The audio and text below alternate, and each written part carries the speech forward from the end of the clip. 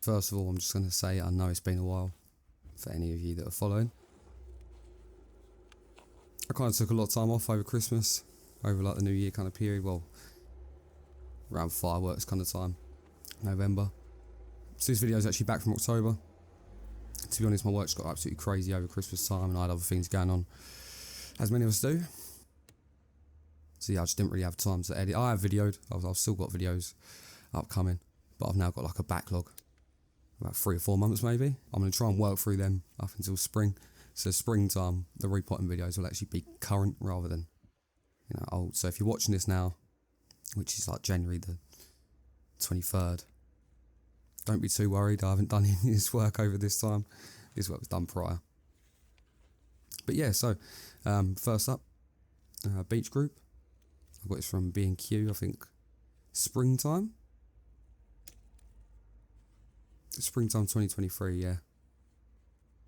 Originally I just picked this group, I wanted to do some beech trees to be honest. And this main trunk at the front here. I don't know, I like the shape of it. I knew there was some taper I could gain to it, so the pot was actually bigger when I first bought it. They're quite deeply potted. And I realised after I bought it that beech have this kind of issue where they kind of throw roots all the way up the trunk when it's like a ground layer kind of thing. And the issue with that, well, with the two at the back especially, is that the roots that were higher up on the trunk have kind of taken over the root ball. So you end up with this inverse taper effect, where they're thicker in certain points than they should be, let's say. So the ones at the back, I'm not sure what I'm going to do with them. I'm just kind of experimenting on them. Maybe I'll try a ground layer. I think they don't air layer that well.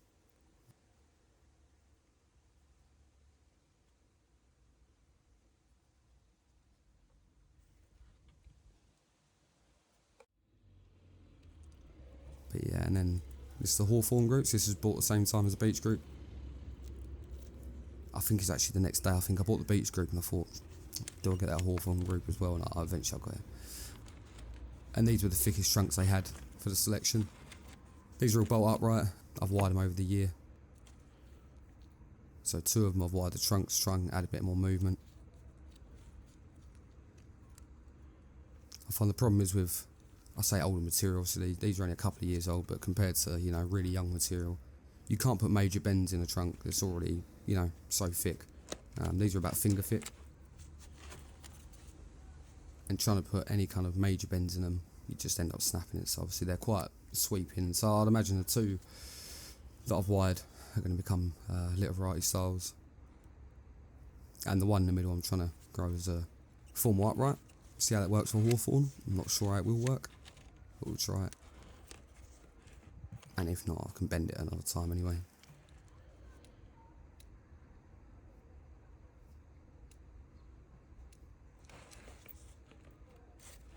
So most of these I'm just pruning back to interior branching, just trying to get a bit more taper in the branches, or either that or I'm cutting off problem areas like this one here where there's 3 branches going from one space. That's just going to ruin the aesthetic.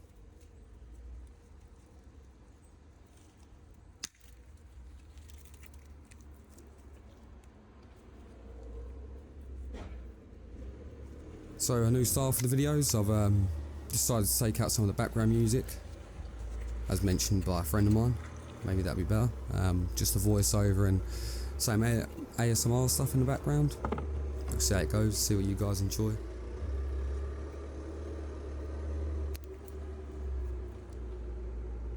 These videos are 50% me vlogging and just recording the process of my trees, something I can look back on in future. And obviously 50% entertainment, really.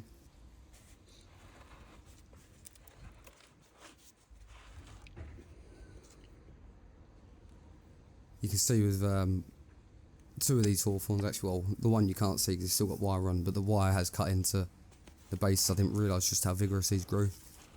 Last year when I put the wire on, wasn't keeping an eye on it. Hopefully they'll grow out of that. Soft bark trees don't really do that well with wire, I find. Well, they do, but you have to constantly look at it.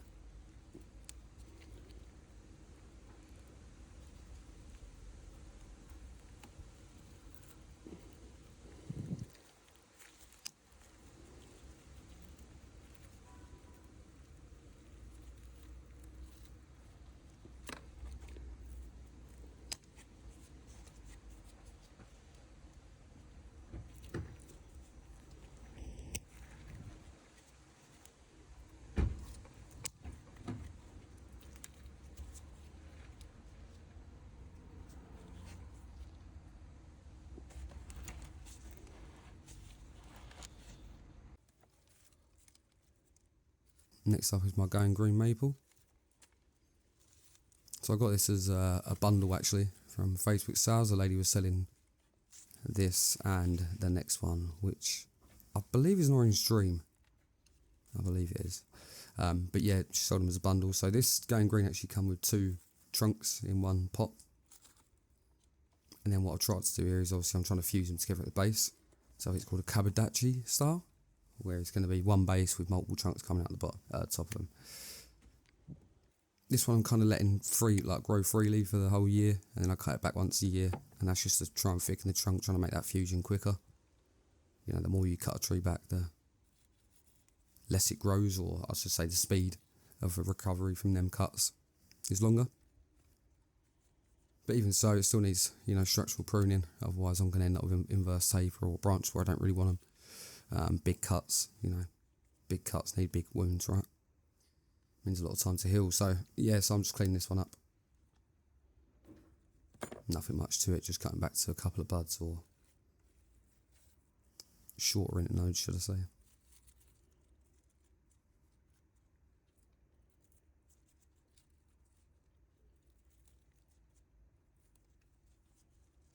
So the leaves were dropping on this one, but they're not fully gone yet. So you'll see me apply some cut paste, and that's just because maples can bleed quite heavily. I don't actually think this one did bleed when I cut it, but I'll still use some cut paste on the bigger cuts just to make sure that it doesn't lose any of that energy going into the winter.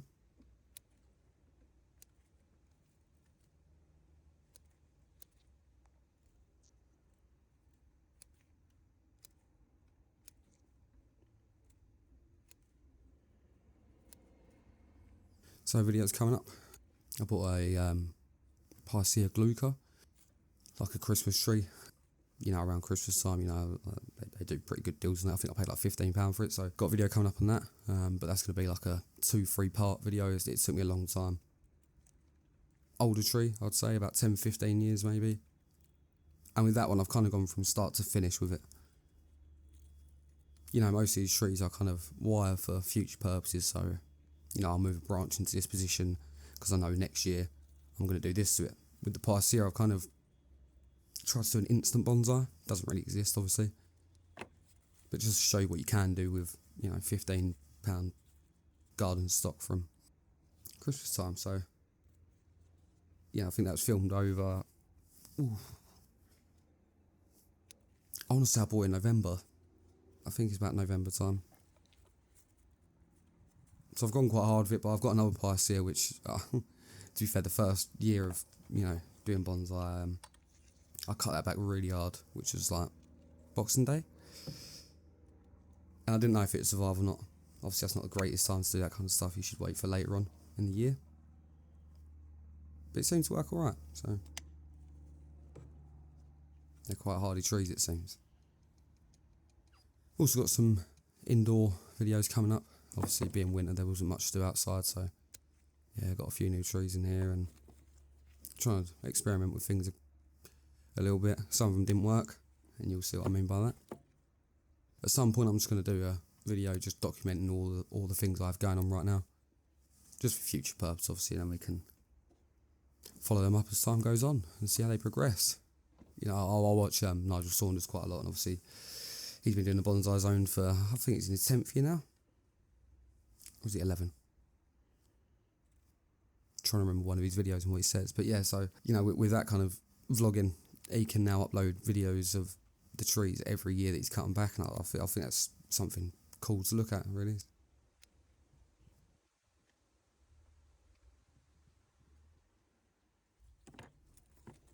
So we go with the cut paste. This tube I've actually had for about 2 years, and it's lasted me so long. Don't get me wrong, I haven't got a lot of trees. It's a great cut paste. At some point I need to get the putty, just for coniferous trees. I feel like this doesn't work that well for coniferous. It's better for deciduous kind of trees, because it's liquid based rather than being a thicker putty. But still good stuff.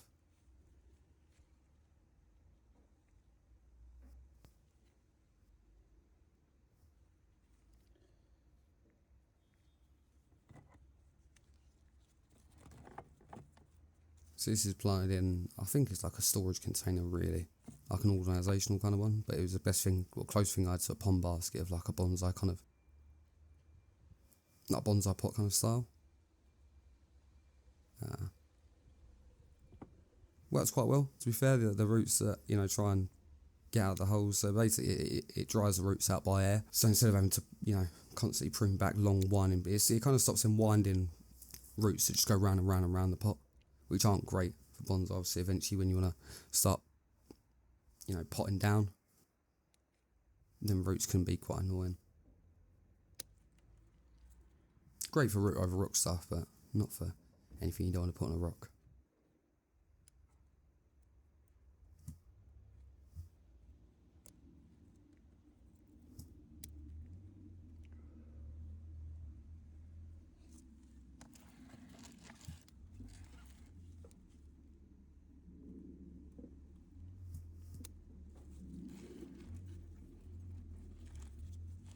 So at some point I'm going to have to address the apex on this.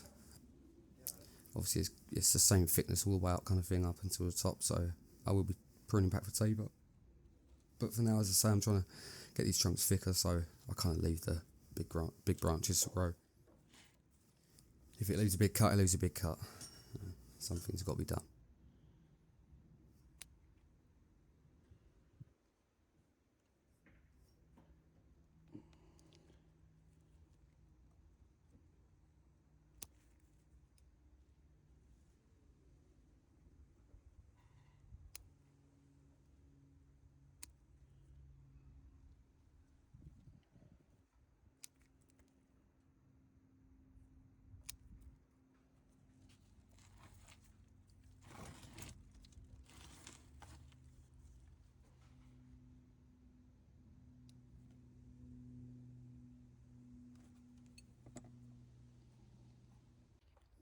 So this is the other maple. I believe it's Orange Dream, as I said. There's a graph point on this which is quite, it's not great, put it that way.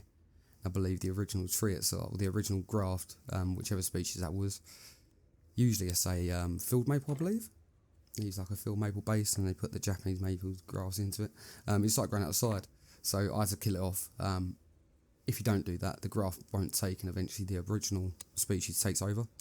So I killed it off, but it's left this massive stub on the right, which I do address in this video. You know, the bark at the bottom's already kind of going grey, which is like a maple thing.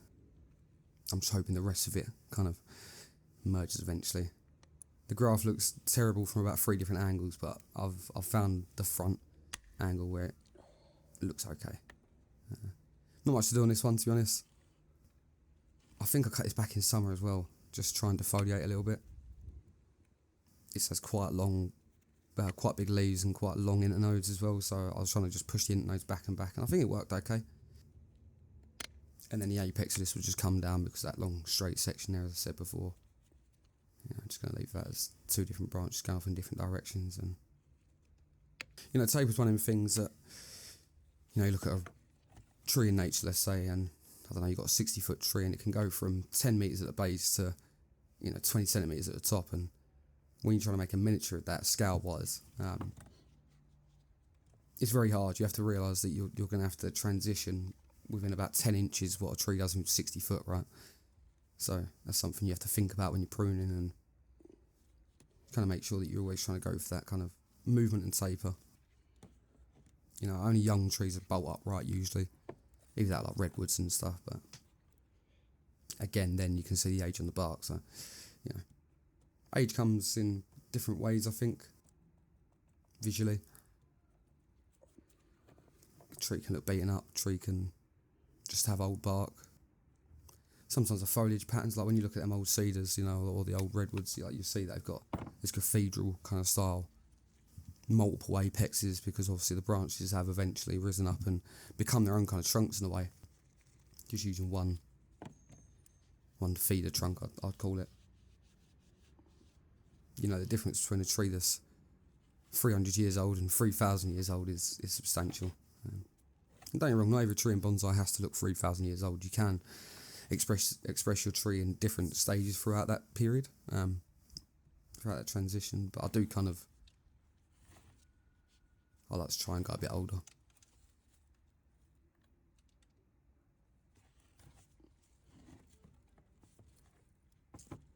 I'm just kind of seeing if different angles work. Probably will go into a training pot this year.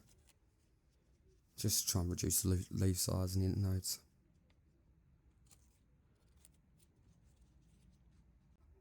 And finally a green carpet.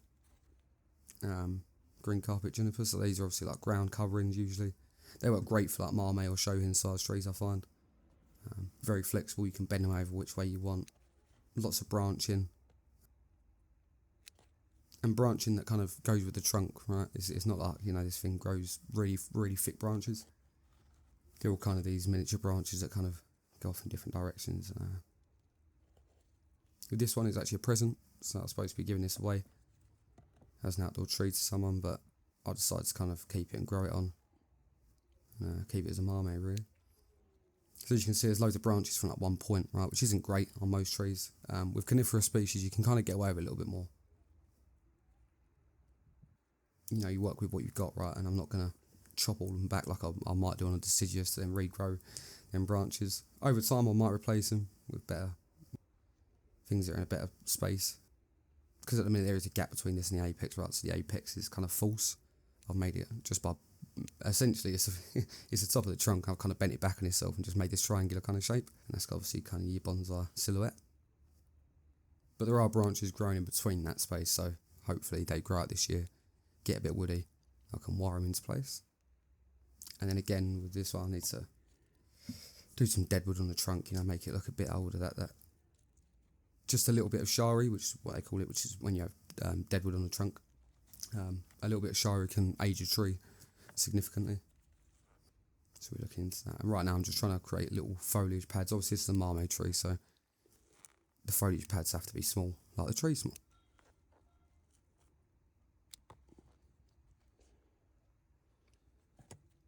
So this one we're going to a training pot this year. I'm not sure what the root base looks like. I couldn't really get down to it properly. I'm hoping it's okay. You know, with a lot of gardening tree material, you're kind of hoping that the root base is okay. And sometimes that's the difference in price, right? You know, I bought this for £5 from a garden centre. Now, if you wanted to buy, I mean, I don't really see many imported green carpets, to be fair. But say if it was like a, I don't know, Kishu Juniper or a Blaws or something, imported, you know, kind of already in this shape and has a good root base, and this the bar has already been worked on. You know, you're talking things that can take 4, 5, 6 years to kind of get into place. And that's why the price for them has increased so much, right? So this cost me £5. A juniper light will cost you about £200 at about this size. Like a decent kind of material. And that's the handoff you get. Obviously, for me, I like building my own trees, kind of developing my own trees. I've never really been into the whole buy a finished tree, or not finished tree, but buy, you know, an established tree and then just kind of look after it. I like to make my own.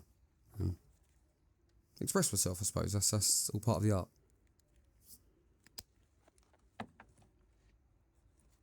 You know, trees are an expression of what I feel I see in nature. And obviously the more I do it, the better I get at trying to express that, and, you know, finding new techniques and ways of doing it.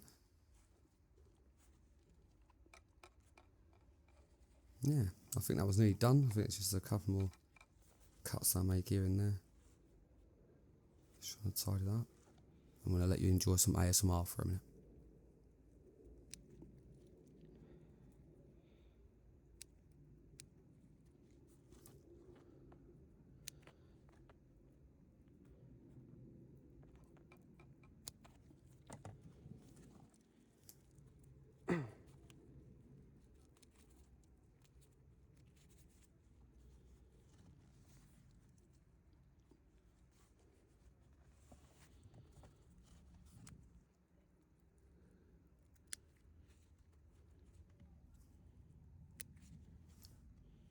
So I'm hoping to return to a couple of videos a week.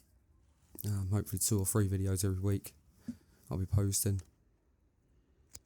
My initial plan was to get ahead, so essentially, you know, a video that you see this week would have been done last week, like edited and then finished. I've had a couple of issues with editing software as well. I was using one that wouldn't even let me upload videos at one point. It wasn't processing anything.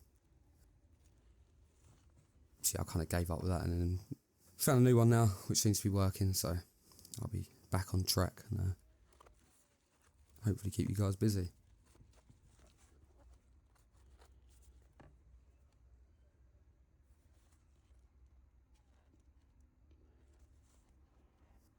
I think that's about it for this one.